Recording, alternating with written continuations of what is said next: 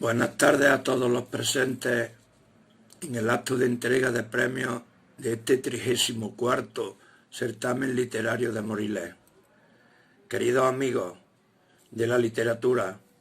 dada la grave situación de pandemia que vivimos y atendiendo al sentido común y a las recomendaciones de las instituciones competentes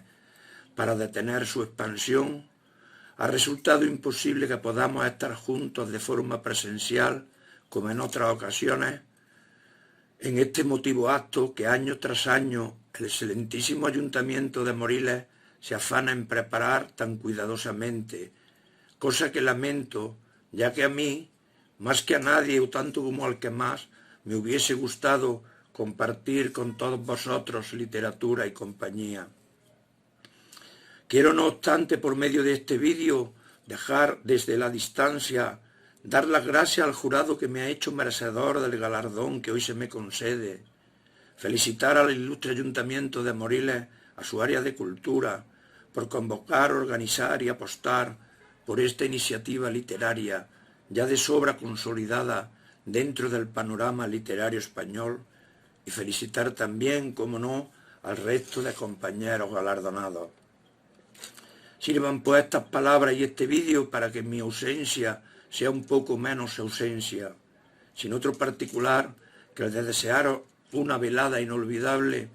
cosa que no pongo en duda. Me despido de vosotros con un afectuoso saludo desde este pueblo vecino de Córdoba.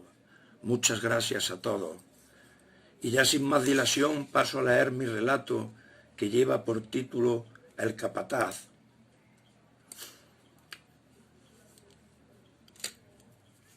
El relato lleva dos citas, una de Virgilio que dice: no cedas frente a los malvados, sino oponte a ellos ardientemente, y otra de Frida Kahlo: el dolor no es parte de la vida, se puede convertir en la vida misma. Y dice así el relato: casi era una niña, 15 apenas cumplidos, una tierna flor de hermosa primavera recién eclosionada a la vida, pero parecía mayor. La vida había ido moldeando a Lucía a golpe seco para marcarle los rasgos, para ahondarle la mirada, para madurar su cuerpo sin calor ni miramiento, para que la sonrisa se le rompiera en los labios con una brizna de tristeza ineludible. Cada vez que entraba en aquella gran nave, en la que el zumbido de las máquinas funcionando era atronador, las miradas y el revuelo de los suministradores de material, telas, hilos, botones, etcétera, del encargado de mantenimiento, de los transportistas que retiraban las prendas ya terminadas, etcétera, la seguían por entre el laberinto de pasillos conformado por las máquinas de coser, de hacer ojales, de pegar botones, de remallar, los compresores, las calderas y las planchas, hasta llegar donde su madre llevaba años trabajando. Era planchadora, echaba 10 u 11 horas diarias de pie, tenía las piernas reventadas por las varices, recibiendo el calor no sólo de los motores de las máquinas y del vapor de las planchas, sino de todos los polvorientos tubos fluorescentes que pendían del techo, de todas las respiraciones acumuladas en un deslucido habitáculo ubicado en un semisótano, sin otra climatización que 2 pequeñas ventanas que daban a un patio interior y un nauseabundo olor a sudor y poco aseo. Lucía había entrado como aprendiz para paso preliminar para entrar luego como trabajadora oficial. Llevaba pocos meses y tenía un horario más reducido. El sueldo en estos talleres de costura era ya de por sí bastante exiguo cuando lo había, ya que cuando entraban de aprendizas no ganaban nada y se dedicaban a pegar entre tela con las planchas, remallar, quitar hilachos, etcétera, hasta que se las consideraba rentables. Y entonces le hacían firmar un contrato precario. En cuanto al horario, solo era un referente. Sabían cuando entraban, pero la salida podía demorarse hasta lo indecible. Algunas la obligaban a quedarse después que los demás se fueran para hacer tareas de limpieza y su actividad. A veces sobrepasaba el espacio del taller, estando siempre a disposición de los dueños o mandamases del mismo para cualquier tarea. Por entonces los tres oficios principales en los que trabajaban las muchachas eran o bien en los servicios personales y de hogar, o bien en el comercio minorista, o bien en el sector de la confección. La mano de obra en estos talleres estaba compuesta en su mayoría por chicas de entre 15 y 25 años, y es que la costura tradicional, oficio de mujeres, era la actividad preferida por las madres, que veían que este trabajo, compatible con su educación de género y en alguna medida con su futura vida marital, son una fuerza de trabajo moldeada en la obediencia y en la sumisión familiar, de la que el capital va a intentar sacar todo el provecho posible. Cuando Leo el capataz hacía sonar el timbre para el bocadillo o el almuerzo, se hacía el encontradizo con la madre y con la hija, que buscaban en aquel galimatías de máquina y plancha el aire puro del patio y el agua de algunos de los grifos que había en una de las paredes del patio. El olor penetrante y el tintado polvillo que emanaban de las telas, unido al calor pegajoso, el perenne ruido, el cansancio de la faena, dejaban extenuados los cuerpos femeninos y sudorosa una piel blanca, custodiada cal y canto de las lascivas miradas de ciertos operarios masculinos, que en verano refrescaban con recato en las piletas de los grifos del patio, sin poder evitar que las batas verdes de cuadritos, uniforme oficial del taller, se ciñeran a sus cuerpos para marcar con precisión la orografía de su cuerpo. Mientras comían, se espiaban entre ellas y miraban a Lucía como una extraña mezcla de envidia y pena, la cual no apartaba los ojos de su madre, mezclaba entre aquella marabunta de hembra condenada a un trabajo infame que apenas remediaba las necesidades más elementales de la casa.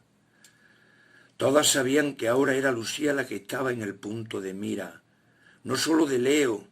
desalmado y cruel por naturaleza, sino de otros machos que frecuentaban el taller. Leo era el capataz, el jefe puesto por don Evaristo, el cura del pueblo, que era quien había montado aquel taller de corte y confesión al que habían bautizado con el nombre de Nuestra Señora de la Consolación, valiéndose de subvenciones y otros beneplácitos que la dictadura de aquellos años concedía, y máxime si la gestión provenía de la Iglesia. Fueron muchos los talleres de confesión creados por este tiempo por personas anexas a la Iglesia, curas, conventos de monjas, congregaciones religiosas, etc.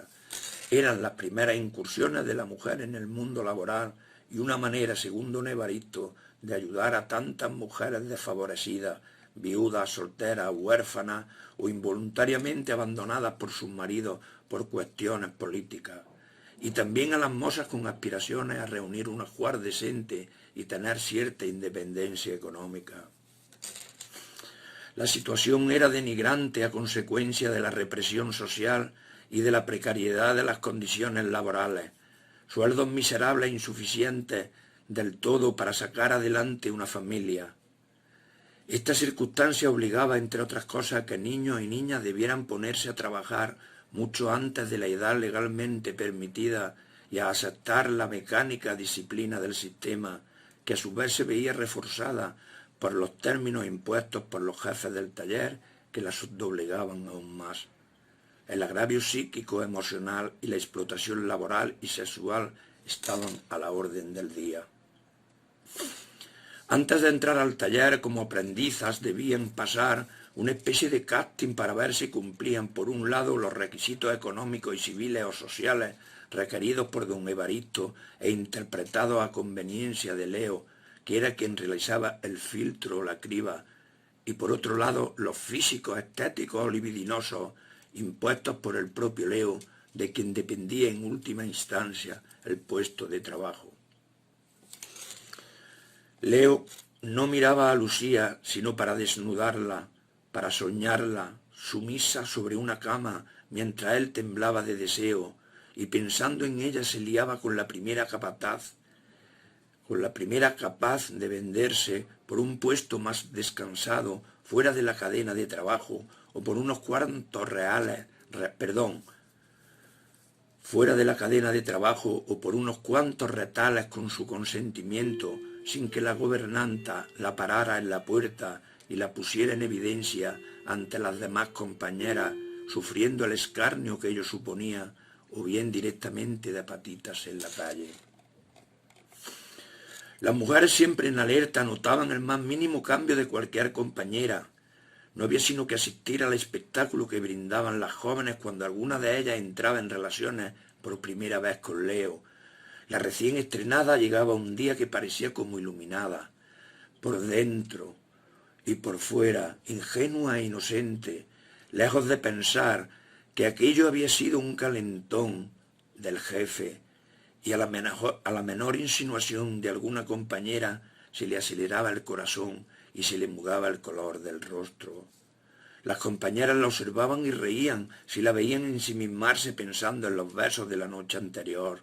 en el fragor del hombre penetrándola en el lánguido silencio del taller después del último suspiro y antes de volver a oír de nuevo el estruendo de las máquinas al amanecer. Así que cuando la de turno, después de un acoso descarado, se rendía a Leo y a los pocos días volvía a ser ignorada,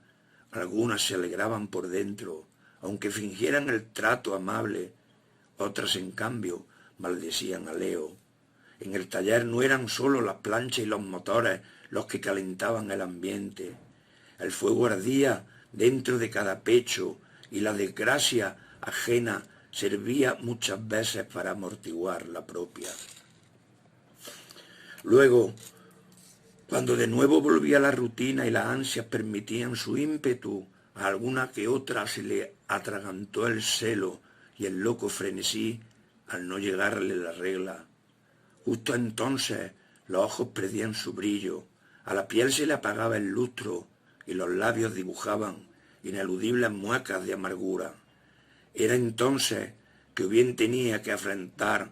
solo las consecuencias desde el día y estar marcada y lastrada de por vida por los propios iguales, o bien había que retomar las relaciones con el antiguo novio o buscarse uno a toda prisa porque Leo, claro está, no quería saber nada del asunto. Entonces aparecían los miedos, las medias palabras, las confidencias, el murmureo, el tiempo que las familias llegaban a acuerdos para preparar de urgencia una habitación con cortina y colcha nueva, comprada a débito, y correr a la iglesia a cumplir con el sacramento. Todo ello derivaba en comadres malmetiendo, arrogantes los padres del novio, como quienes conceden el certificado de honra, que si bien no dudaban de la paternidad de su hijo, sí guardaban cierto recelo de la honestidad de la novia, y salameros los de la novia, porque el neonato tendría nombre y apellido. Fiesta corta fingiendo alegría, vino peleón para los hombres que se volvería agrio, y suspiros, biscoteles y rosoli para las mujeres, que les trabará la lengua entre rubores y deseos inconfesables, y a las casadas añoranza de otra noche de bodas imposible. Miseria y cansancio, rencilla y envidia, asco y odio, pasión y deseo, tristeza y angustia, bullían en este taller, ubicado a las afueras del pueblo, en un barrio aparentemente tranquilo y sosegado, en que el silencio a veces era roto por el llanto de un niño, la voz estrepitosa de una vecina, el ruidoso rodar de cualquier cacharro a motor sobre un pavimento casi desempedrado, el melodioso pífano de un afilador o la voz de un latonero restañando cacerolas o la de un vendedor ambulante ofertando mercadería, rasgando la quietud de un barrio en el que los fulios a pobreza y abandono flotaban por doquier. Alguna que otra vez, por el contrario, la calle se alegraba con la voz melodiosa proveniente de una de esas radios de Cretona, entonando cualquier copla de la Piquer o de otra de la reina que el dial musicaba y que salía por cualquier ventana abierta, o bien con la voz de cualquier mujer que intentaba remedar la voz de la radio a unísono compás, como si de un karaoke se tratara, mientras hacía sábado o remendaba cualquier calzón roto echándole un zurcido o volviéndole el cuello demasiado rosado a una chaqueta o a una camisa, o bien haciéndole un pantaloncito con peto al pequeño con cualquier retal robado del taller en cualquier despiste de la gobernanta. La guerra civil había arrastrado un ambiente de miedo, había arrastrado un ambiente del miedo que aún pervivía en el aire y acentuado la desconfianza y las oleadas de mezquinas venganzas. El hambre se palpaba en los barrios obreros. Eran tiempos difíciles para todos. Los hombres con la represión se habían amansado por ese fantasma implacable del miedo a la denuncia, a la arbitraria justicia en manos de cualquiera, con uniforme o sin él y con razón o sin ella, solo por la soberbia de demostrar un poder que no era sino una revancha rastrera, tanto más peligrosa en cuanto no se fraguaba en el campo de batalla, sino que se recosían en los predios de los señoritos, al pie del tajo, en las fábricas, en los talleres, en la atención prestada en los organismos oficiales, en la calle misma, en la vida rutinaria, etc. Era la guerra vengativa a manos de una oligarquía déspota y autoritaria que había proliferado en la posguerra bajo el aura de una conciencia vencedora. Las guerras las ganan los miserables que luego saben manejar los hilos y pasan factura cuando han acabado todo, y luchan a toda costa por mantener el miedo y que nada cambie su situación de privilegio. La represión, la tortura, las detenciones y un sinfín de calamidades abrigaban con su negra toca la existencia de innumerables familias. Para las mujeres había dos clases de hombres, los vecinos del barrio que se desesperaban sin trabajo o buscándolo inútilmente cada día para volver derrotados al refugio de la taberna,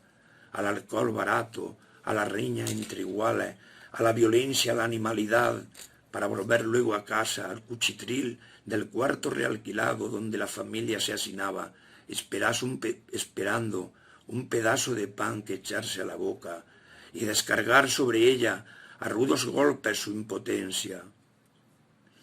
Y luego están los extraños, mirados con recelo, porque siempre pisaban el barrio en busca de algo, nunca por nada, poner multas, indagar el paradero de algún sospechoso, fiscalizar alguna tienda, etc.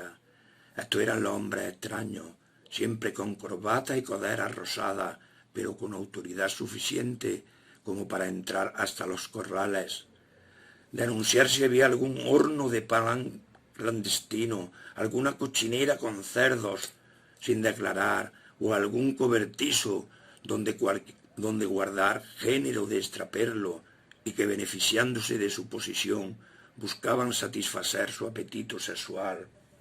su desenfrenado deseo a costa de algún favor o chantaje a cualquier mujer, cuyo marido penaba en la casa por agredir a un cualquiera con el don obligado por el delante. Esta era la amenaza que se cernía a diario sobre el barrio y, cómo no, sobre el taller,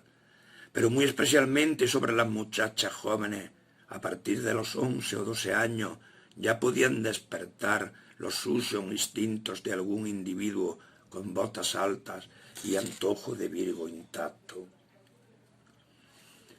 María, la mujer María, la madre de Lucía, sabía que lo sabían todas las madres con hijas tocadas por el hambre, que estaban en el punto de mira de esos depravados individuos. A ella se lo planteó Leo casi por derecho, pero le contestó con tanta frialdad y tanta inquina de que lo rajaría como a un cerdo, que desde entonces le guardaba la distancia. No obstante, María sabía que cada día que pasara al capataz le nacería hacia Lucía un nuevo pensamiento aún más turbio y corrompido. Ella, sin cerrar Los ojos a la amenaza se hacía más fuerte cuando miraba a otras madres cuyas hijas, endurecidas de golpe, cambiaban las lágrimas por un descaro desconocido, y olvidados los pudores se pintaban los labios y se ponían colonia barata en los pechos recién florecidos, antes de salir cada tarde, sin decir a dónde, aunque los tacones prematuros, la inequívoca combinación de seda, el bolso color chillón, el generoso escote, así como el nuevo contoneo y el lunar ficticio en la comisura de los labios, lo pregonaran a voces, para volver agriada de olores ajenos, cuando en las calles solo habitaba el silencio. María, la madre de Lucía, sabía que el hambre no podía ser pretexto para caer en la deshonra, igual que sabía que aquel era el pretexto de silencio de las madres que consentía. Era la cruz más oculta de la moneda, el pulso de la vida diaria latía en estas mujeres, depositarias de una rebeldía contenida, del sacrificio del sufrimiento en silencio, del llanto sin lágrimas, de la impotencia reprimida. Una tarde María encontró a Lucía sentada en el suelo, en el último rincón oscuro de la casa. Allí lloraba abrazada sus piernas encogidas bajo una falda empapada en su propia sangre que le mojaba los muslos. No mediaron palabra alguna. Bastó la mirada de Lucía para que su madre lo comprendiera todo. María lanzó un grito de dolor que le salió de lo más hondo de las entrañas, acarició a su hija y la ayudó a asearse y a recomponerse. Su respiración jadeante delataba que en su interior se debatía una lucha de titanes, pero ya no dijo nada, nunca nada. Cada día acudía al taller erguida, sin lágrimas, con la mirada perdida y una fuerza incontenible creciéndole por dentro. Había transcurrido un par de semanas, o 3, cuando encontraron a Leo electrocutado al pie de la plancha donde María trabajaba. Las mujeres se acercaron a verlo a medida que entraban y algunas incluso remolonearon alrededor de la Guardia Civil para ver si sacaban alguna información, hasta que el juez y el forense mandaron despejar el taller. Días después se supo, según el propio forense concluyó,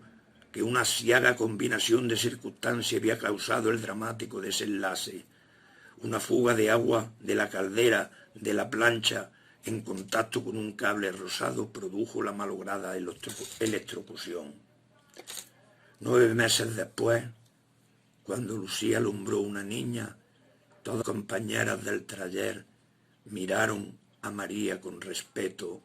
y a Lucía le regalaron un ajuar de recién nacido, una cuna de madera pintada de rosa y una estampa de la Virgen de Nuestra Señora de la Consolación pegada en el cabecero. Muchas gracias, es todo. Espero que os haya gustado. Un saludo.